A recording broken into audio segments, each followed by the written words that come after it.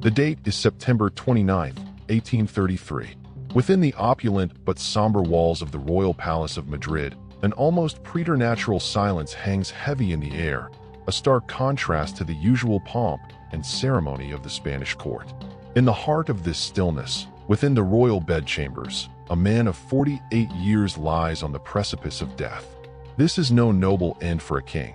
His body, once a vessel of absolute power, is now a decaying prison, systematically ravaged by a venereal disease he acquired during one of his innumerable, sordid sexual escapades. This is Ferdinand VII, the King of Spain, and he is expiring in the most ignominious and humiliating manner imaginable for a monarch. He is being consumed alive by syphilis, the final, brutal invoice for a lifetime gleefully squandered in pursuit of the most depraved and profane pleasures. His pained, guttural groans, the only sounds that dare to break the silence, reverberate through the gilded corridors of the palace. In his chambers, a team of royal physicians works in a desperate, futile ballet, attempting to treat the festering, weeping ulcers that have colonized vast expanses of his body. The irony of his predicament is as cruel as it is absolute. This was a man who, in public, had fashioned himself as the supreme defender of staunch Catholic morality, the unshakable bastion of Spanish tradition. Yet here he was, being hollowed out from the inside, devoured by the grotesque fruits of his own private debauchery. The question that echoes even louder than his dying moans is a profound one. How? How did Ferdinand VII, a ruler of one of Europe's great empires, devolve into the most perverted, reviled, and despised king in the long and storied history of Spain? To truly comprehend the staggering moral abyss into which this monarch plunged, we must journey back to the very beginning of his life. We must unearth the sordid secrets and peel back the layers of corruption that would forever leave an indelible, shameful stain upon the Spanish crown. Ferdinand first drew breath on October 14, 1784. He was born into a Spain that, while showing signs of decline, still commanded respect as one of the great powers of Europe. He was the son of King Charles IV and the formidable Maria Louisa of Parma. From his earliest moments, he was immersed in a palace environment that was less a center of governance and more a hotbed of systemic corruption.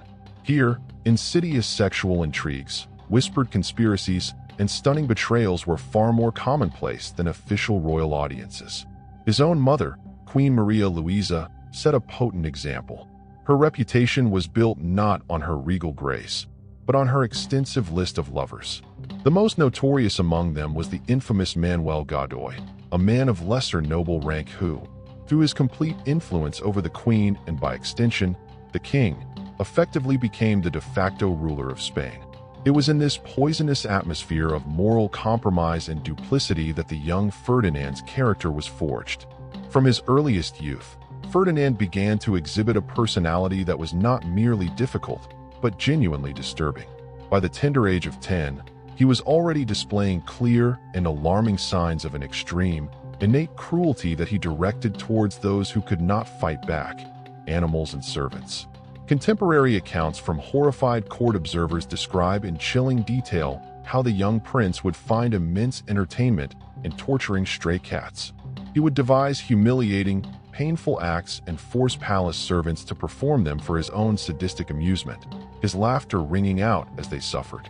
His tutors, deeply alarmed by this blossoming sadism and his utter lack of empathy, made repeated attempts to correct his path, to instill in him some semblance of decency. Their efforts were in vain.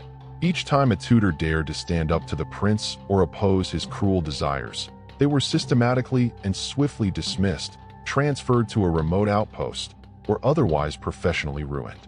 The message was clear: the prince's impulses were not to be questioned. Consequently, Ferdinand's formal education was an unmitigated disaster.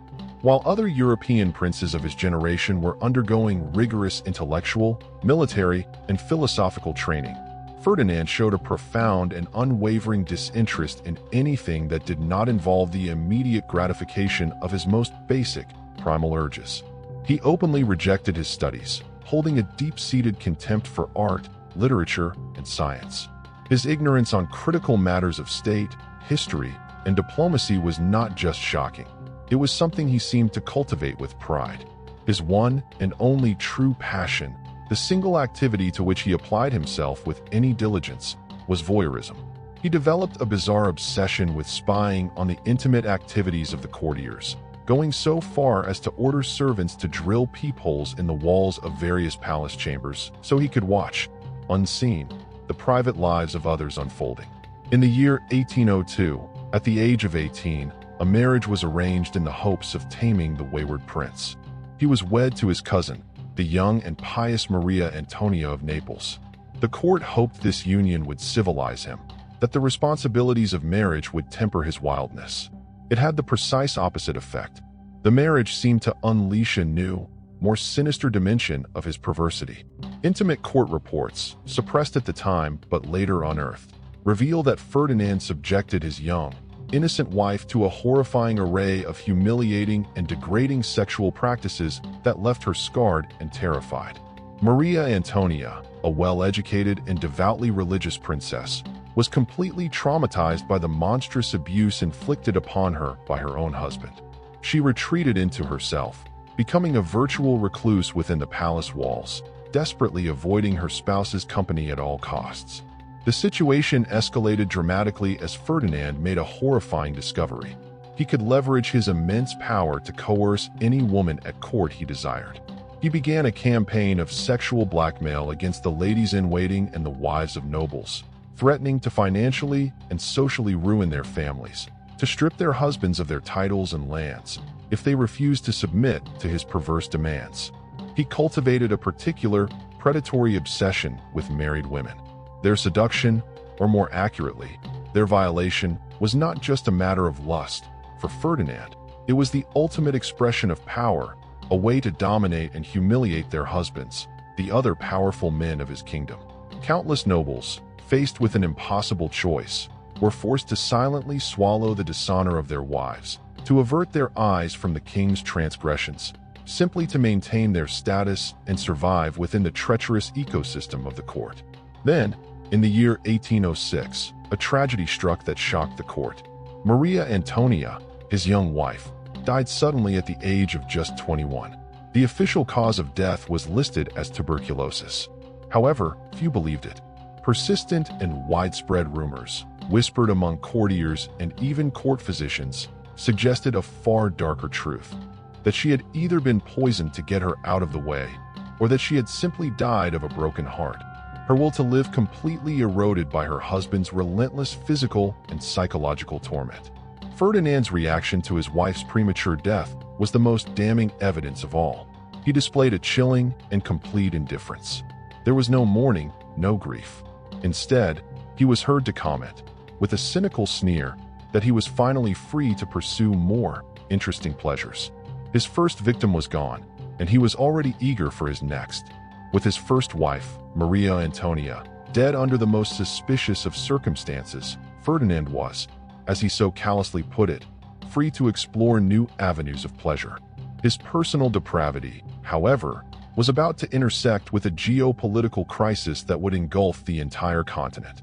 The Napoleonic invasion of Spain in 1808 presented a moment that should have forged national unity, a rallying cry for a king to lead his people against a foreign invader.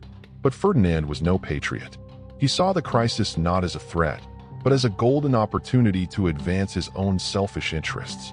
During the critical uprising known as the Mutiny of Aranjuez, which successfully forced his own father, Charles IV, to abdicate the throne in his favor, Ferdinand revealed the true depth of his character.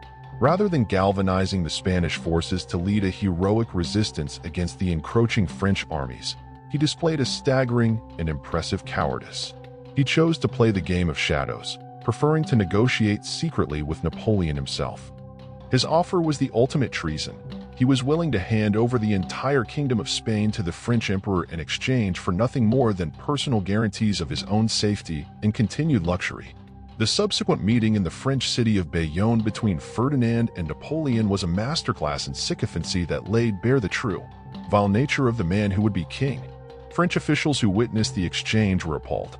They described Ferdinand as a pathetic and despicable creature, a man who humbly begged and groveled before the French emperor, offering any and every concession imaginable simply to maintain his personal privileges and status. Napoleon Bonaparte, a man well accustomed to dealing with weak and cowardly European monarchs, was nonetheless profoundly struck by the sheer baseness of Ferdinand's character. He would later comment to his staff that in all his years, he had never encountered anyone so utterly vile occupying a throne. Following this humiliating episode, Ferdinand was sent into a forced, yet remarkably comfortable, exile at the magnificent Château de Valençay, where he lived for years in opulent luxury, all at Napoleon's expense. While the Spanish people were waging a brutal, bloody war of liberation against the French, the Peninsular War, fighting and dying in his name, Ferdinand was not planning his country's liberation. He wasn't drafting strategies or smuggling out letters of encouragement. Instead, he dedicated himself, with singular focus, entirely to his carnal appetites. He systematically corrupted the French servants at the chateau, organized lavish, drunken orgies with his retinue of fellow Spanish exiles, and, during an encounter with a local prostitute, contracted his first case of venereal disease. His correspondence from this period, letters that were intercepted by Napoleon's spies, tells the whole story. They reveal no concern for his suffering people, no patriotic fire, only constant, desperate requests for more money and more female entertainment, alongside a total, sociopathic indifference to the plight of Spain. When Ferdinand finally returned to Spain in 1814 after Napoleon's defeat, the nation was euphoric. The people, who had nicknamed him El Deseado, the Desired One, believed his return would usher in a new era of liberal reform and constitutional monarchy. It brought only the swift and brutal restoration of absolute tyranny and a new, more institutionalized level of depravity. One of Ferdinand's very first acts as reinstated king was to abolish the liberal constitution of 1812 and re-establish the Spanish Inquisition. This was not a move born of religious fervor or pious conviction. Ferdinand cared little for God. He brought back the Inquisition because its tribunals gave him the perfect weapon, an instrument of absolute power to persecute his political enemies and, more importantly, to blackmail influential families. He perverted its purpose, using accusations of heresy as leverage to force noble women and the daughters of merchants to submit to his sexual desires, promising them forgiveness and protection from the Holy Office in exchange for sexual favors. His personal life followed the same sordid trajectory.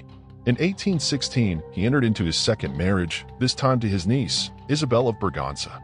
The union was even more squalid than his first.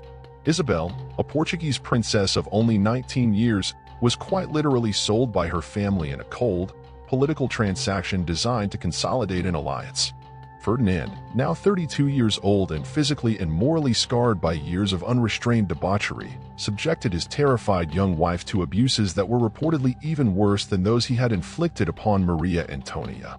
Under his rule, the Spanish court transformed into a veritable den of corruption. He institutionalized a system of royal favors, a vile marketplace where influential public positions were no longer granted based on merit or competence, but were openly given to men who were willing to offer their wives or daughters to the king for his royal pleasure. Ministers and generals were chosen not for their skill, but for the beauty and availability of their female family members. The king maintained what could only be described as an informal harem right inside the palace, populated by women who were officially listed as ladies-in-waiting, but whose sole function was to be available at a moment's notice to satisfy his insatiable lust. The nature of Ferdinand's sexual practices escalated to a level of perversity that shocked even the notoriously relaxed moral standards of the era. Secret court documents, discovered and authenticated centuries later, reveal his obsession with elaborate, humiliating rituals and sadistic games. He would force his victims, who included his wives and mistresses, to perform degrading acts not in private, but while being observed by other members of his inner circle. He transformed the act of intimacy into a grotesque public spectacle, a theater of cruelty staged for his own sick and twisted amusement. The situation reached its predictable, tragic nadir with the death of his second wife, Queen Isabel of Braganza, in 1818. Like Maria Antonia before her, Isabel died young and under deeply suspicious circumstances. The physicians who attended her reported that her body showed signs of severe physical trauma, and her psyche was plagued by a profound, unshakable depression. Years later, her final confessor would reveal that in her last days, the young queen had confessed her fervent desire to die, seeing it as the only possible escape from the unspeakable torments she suffered at the hands of her husband, the king. Once again, Ferdinand showed no emotion, no grief, only a cold and sociopathic indifference to the death of a wife he had systematically destroyed. Just months later, he was married for a third time. His new victim was Maria Josepha Amalia of Saxony, a German princess who was only 20 years old when she was delivered into the clutches of the depraved king. This marriage lasted a mere 2 years before she, too, died under mysterious conditions. The pattern was now undeniable. A dark and terrifying suspicion hung over the court. Ferdinand VII was not just abusing his wives, he was literally killing them, one by one, through a relentless campaign of physical and psychological torture. With 3 wives dead under a cloud of horrific suspicion, Ferdinand VII entered the decade of the 1820s not with caution or remorse, but with a descent into an even deeper level of depravity. Having seemingly murdered his queens with impunity, he now cast his predatory gaze across all of Spanish society, reaching the absolute zenith of his degeneracy. At any given time, he was known to be simultaneously maintaining dozens of mistresses. No woman was safe from his desires, and he took particular delight in defiling the sacred. He targeted nuns, using his authority and the threat of the Inquisition to force them to break their holy vows, a blasphemous exercise of power that he found intensely gratifying. He cultivated a grotesque and specific obsession with virgins, offering generous financial rewards and royal bounties to courtiers and procurers who could bring him inexperienced young women. This royal demand created a vile market. Desperate families, plunged into poverty by the chaotic state of the kingdom, were faced with an unthinkable choice. Many chose to sell their own young daughters to the king, preferring the certainty of dishonor over the slow starvation of absolute misery. While Ferdinand was wholly consumed by his monstrous appetites, the nation he was supposed to be leading was disintegrating. The Spanish Empire, once the most powerful in the world, was crumbling into dust. One by one, the vast American colonies, inspired by ideals of liberty that were antithetical to Ferdinand's rule, declared their independence and broke away. The national economy, drained by war and neglected by a king who cared only for his own pleasures, completely collapsed. Spanish society plunged into a state of chaos, poverty, and violent factionalism. Yet the king remained completely insulated and oblivious to these national catastrophes. The loss of an empire was an abstract concept to him. The satisfaction of his increasingly extreme and violent sexual appetites was his only tangible reality. His fourth and final marriage, in the year 1829, was not an act of love or even diplomacy, but a final, desperate biological gamble. He married his niece, Maria Cristina of Bourbon-II Sicilies, with the sole purpose of producing a male heir to secure the throne. Maria Cristina, then 23 years old, was the only one of Ferdinand's wives who managed to survive him. This, however, was not a testament to her fortitude, but rather a grim stroke of luck. She survived mainly because, by the time they were married, the king was already gravely ill. The syphilis he had contracted years before from a prostitute had entered its tertiary stage. The disease had begun its final, inexorable assault on his central nervous system, attacking his brain and steadily diminishing his physical capacity to inflict harm upon others. His reign of terror was ending not by force of arms or popular revolt, but by the slow, microbial revenge of his own debauchery. Ferdinand's final years were a prolonged, living nightmare.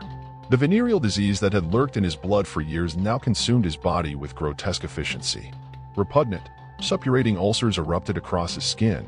He was racked by constant, agonizing pain, and his mind began to decay into a state of progressive dementia. His royal physicians, despite their most strenuous efforts, could not hide the shameful and obvious nature of his affliction from the court and the public. The palace, once a stage for his power, became the site of his humiliation. Courtiers whispered about the king's deplorable state, how he had devolved into a pathetic spectacle of physical and moral decomposition. As the end approached in September of 1833, Ferdinand VII lay dying in his royal chambers, a man abandoned by almost everyone. His former mistresses and victims were either dead or had long since fled his presence. His courtiers, the same men who had once groveled for his favor, now actively avoided him, repulsed by the nauseating, overpowering stench of his infected wounds. Even his own doctors attended to him only out of a grim sense of professional obligation. The man who had once held the power of life and death, who had terrorized and destroyed countless defenseless women, was now utterly defenseless himself, trapped in a decaying body and consumed by the direct consequences of his own depraved choices. Death finally granted him its mercy on September 29, 1833, bringing to a close one of the most shameful and destructive reigns in all of European history. Ferdinand VII died exactly as he had lived, in a squalid, sordid, and despicable manner. At his funeral, there were no sincere tears of loss. There was only the profound, collective sigh of relief from a nation that, at long last, found itself free from its torturer. He left behind a kingdom in ruins and a crown forever tarnished by his perversions, which he passed to his only legitimate child, the future Queen Isabel II. The legacy of Ferdinand VII is one of the darkest chapters in the history of the Spanish monarchy. During his nearly 20-year reign, he single-handedly transformed Spain from a global power into a backward, impoverished, and internationally despised country.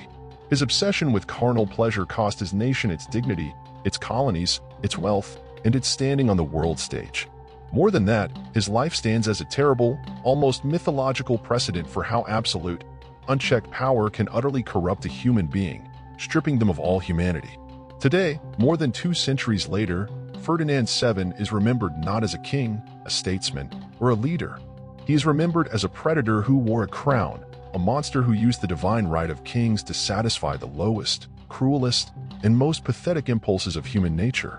His story serves as a final, dark reminder that not even royal blood can shield a man from the consequences of a life dedicated to vice and cruelty.